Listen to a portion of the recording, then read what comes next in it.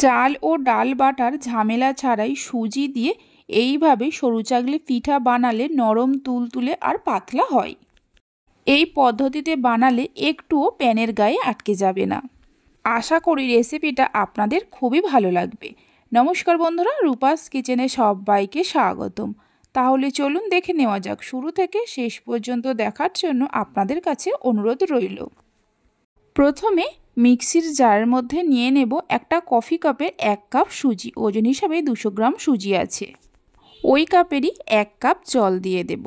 3 চামচের মতো চিনি দেব আর সামান্য নুন দিয়ে দেব। চিনির পরিবর্তে গুড়ের ব্যবহারও করতে পারেন। কিছুটা নরম নারকেলকে ছোট ছোট করে কেটে নিয়ে দিয়ে দেব।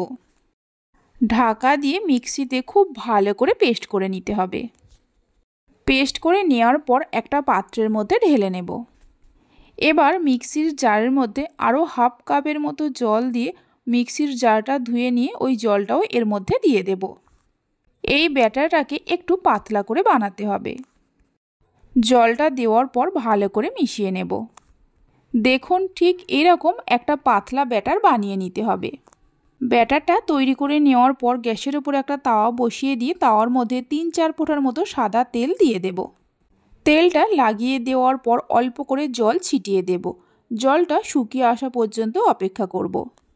জল শুকিয়ে যাওয়ার পর কিছুটা করে ব্যাটার নিয়ে তাওয়ার মাঝখানে দিয়ে তাওয়াটাকে ধরে গোল করে ঘুরিয়ে নিতে হবে। ব্যাটারটাকে গোল করে ঘুরিয়ে নেওয়ার পর গ্যাসের ফ্লেমটা লো টু মিডিয়ামে করে 1 মিনিটের মতো এইভাবে রেখে দেব। ওপরটা যখন এরকম শুকনো ভাব চলে আসবে এইভাবে করে চারিদিকটা একটু গোল করে ছাড়িয়ে নেব। তারপর এটাকে ভাঁজ করে নিতে হবে। দেখুন সরু চাকলি পিঠাগুলো প্যানের গায়ে একটুও আটকে যাচ্ছে না। এইভাবে করে সমস্ত সরু চাকলি পিঠাগুলোকে তৈরি করে নেব। এইভাবে একবার সরু চাকলি পিঠার রেসিপিটা বাড়িতে বানিয়ে দেখতে পারেন। বাড়িতে বানালে খেয়ে আপনাদের কেমন লাগলো অবশ্যই আমাকে কমেন্ট করে জানাবেন।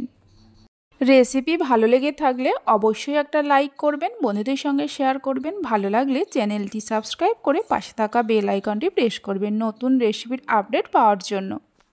সমস্ত পিঠাগুলোকে তৈরি করে নেওয়ার পর একটা পিঠাকে হাতের মধ্যে নিয়ে দেখিয়ে দিচ্ছি। দেখুন কতটা পাতলা হয়েছে।